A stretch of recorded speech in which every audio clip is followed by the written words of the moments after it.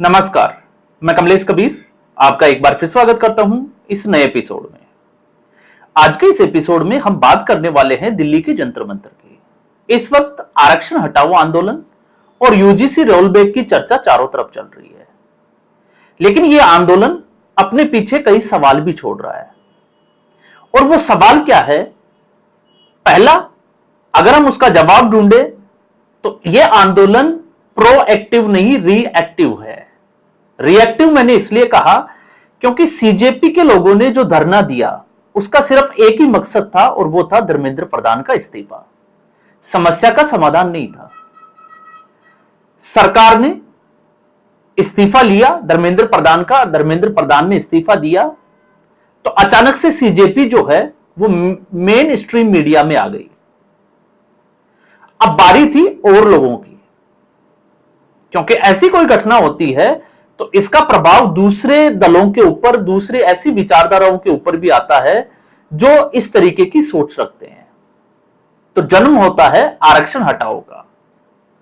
और हर्ष दुबे, जिसकी हम बात भी करेंगे, उसके स्टेटमेंट से, जो स्टेटमेंट उसने मीडिया हाउस में दिया, उसको लेकर लोगों को लगा कि वाकई में जो है वो समस्या यही है।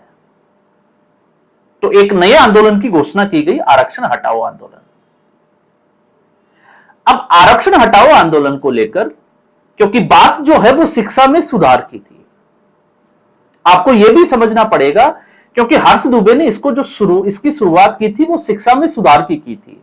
और इस वक्त सीजेपी के लोग भी शिक्षा में सुधार की बात कर रहे हैं, लेकिन मूलभूत मुद्दे से छूटकर जो सवाल और उस सवाल का जवाब ढूंढने का प्रयास करेंगे तो मुझे लगता है कि शिक्षा में सुधार हो सकता है। तो सीजेपी इस वक्त क्या कर रही है? वो टॉयलेट के ऊपर फोकस कर रही है, वो स्कूल की इमारतों के ऊपर फोकस कर रही है।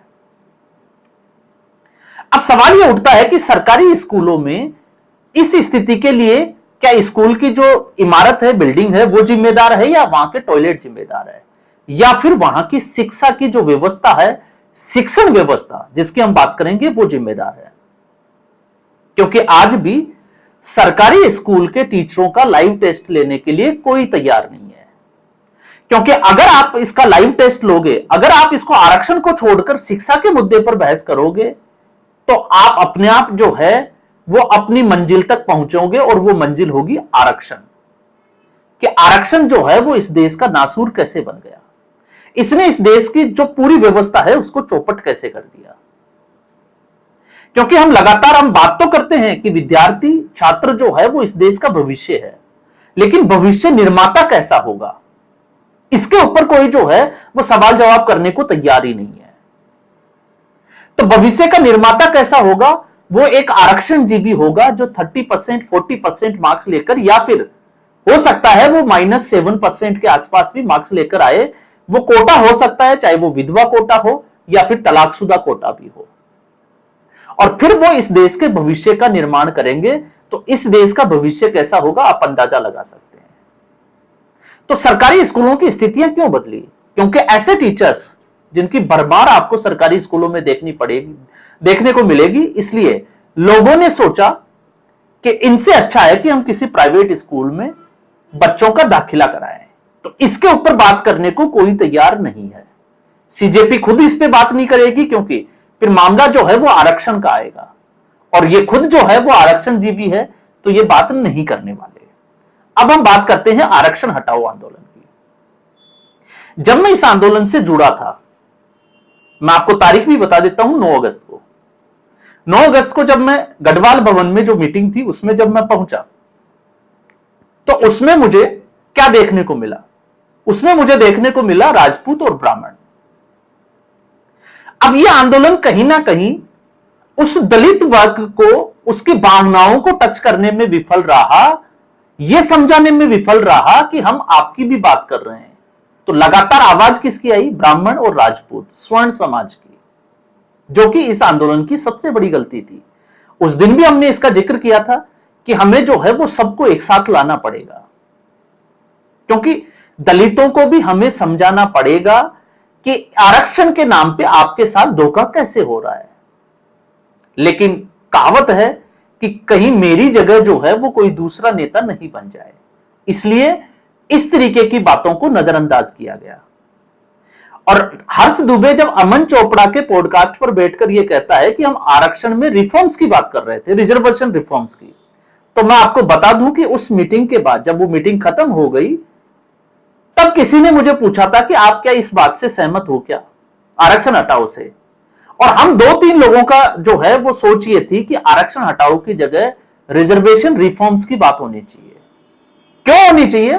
उसका तर्क भी यह था कि आरक्षण हटाओ इस वक्त जो है वो मुमकिन नहीं है। क्यों मुमकिन नहीं है? क्योंकि इस आरक्षण की व्यवस्था में एक ऐसा प्रावधान किया गया है कि आज भी लोकसभा में लगभग 135 के आसपास सांसद आरक्षित सीटों से आते हैं। तो आरक्षण हटाने के नाम पर सरकार बहुमत कैसे जुटा पाएगी, आप खुद सोचकर देखिए, क्योंकि 135 लोग इसके खिलाफ जो है वो आवाज उठाने के लिए तैयार है। आपने देख ही लिया होगा रामदास अठावले, जो सीधे तौर पर कहते हैं कि आरक्षण हटाने की जो मांग कर रहे हैं उनके ऊपर देशद्रोह का मुकदमा होना चाहिए।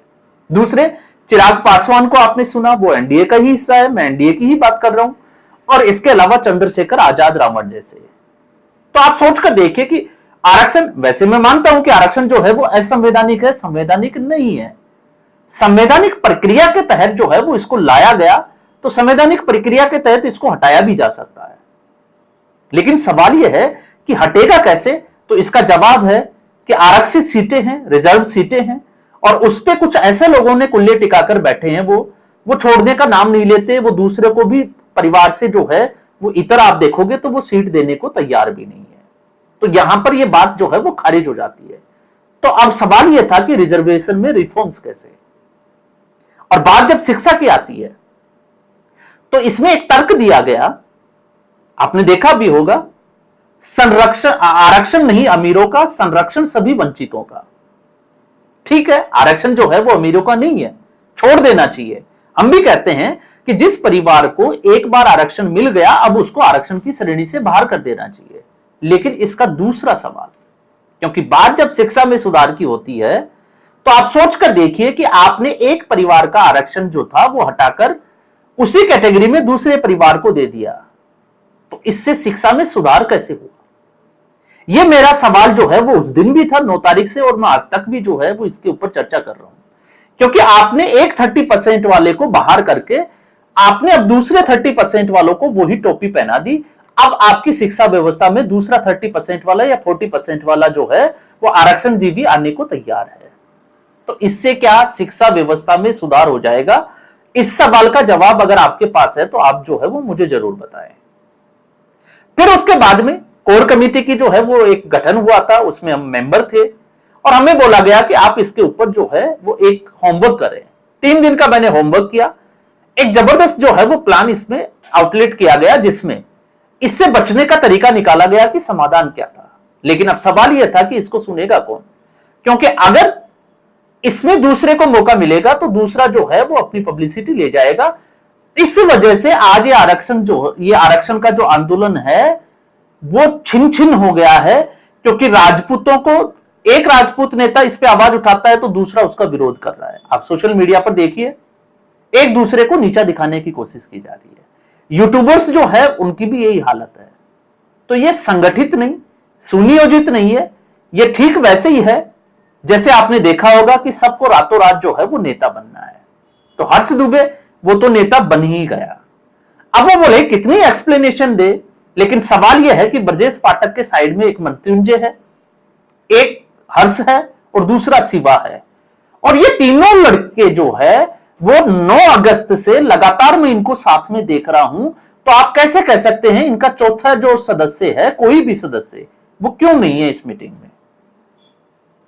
जब आप इस सवाल का जवाब ढूंढोगे तो आपको अंदाजा लगेगा कि है क्या।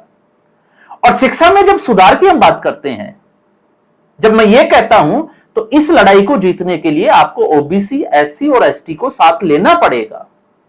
अब सवाल यह उठता है कि एससी एसटी आपके साथ आएगी क्यों? क्योंकि आप तो सीधे तौर पर आरक्षण हटाने की बात कर रहे हो। इसलिए मैंने कहा कि आरक्षण के बजाय अगर हम शिक्षा व्यवस्था में सुधार की बात करें, और शिक्षा व्यवस्था में सुधार क्यों जरूरी है, इसके पीछे के कारण अगर हम समझने बैठे, पहला कारण, इसी आरक्षण की व्यवस्था से कई दलित परिवार जो है वो जिन्होंने अपनी जमा पूंजी सारी जो है वो खर्च कर दी, लेकिन आज तक उनको परिणाम नहीं मिला। कारण एक, क्योंकि एजुकेशन माफिया का जमावड़ा कोचिंग सेंटरों का ऐसा है कि काउंसलिंग की व्यवस्था नहीं है। आपको सपने दिखाए जाते हैं, भले ही आपका लड़का और लड़की जो है वो उस कोर्स के लिए एलिजिबल है या नहीं है।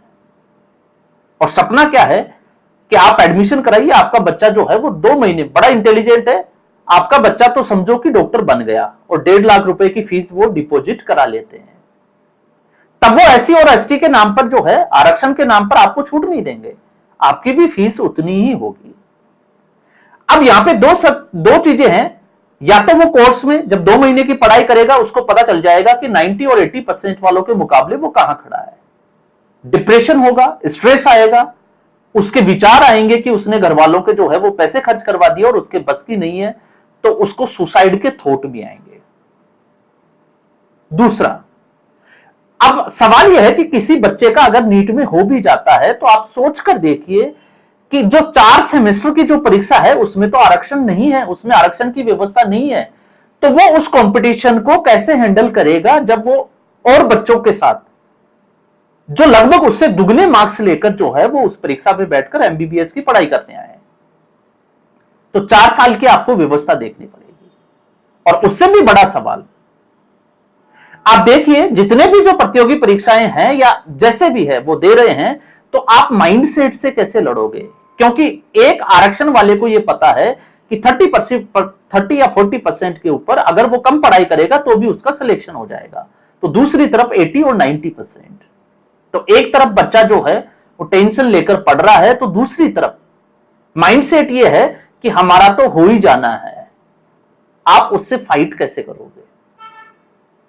तो यहां पे उस समाज को, उस वर्ग को यह समझाने की जरूरत है कि शिक्षा की व्यवस्था में सुधार होना चाहिए। सरकारी स्कूलों के टीचर जो है वो योग्यता के आधार पर आने चाहिए, ताकि सरकारी स्कूलों की शिक्षण व्यवस्था में सुधार हो और आपके बच्चे जो महंगे प्राइवेट स्कूलों में नहीं पढ़ सकते, मैं बात कर रहा हूं गरीब दलितों की और गरीब स्वर्ण या किसी भी जाति का हो, क्योंकि यहां पर जाति का जो है वो लेबल बीच में नहीं आता है, उनको अच्छी शिक्षा मिले तो सरकारी स्कूल से बेटर कोई ऑप्शन नहीं हो सकता।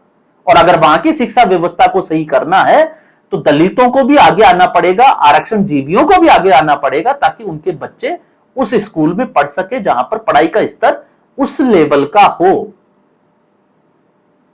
लेकिन ये कुछ ऐसे सवाल थे जो इस पूरे आंदोलन से गौण हो गए।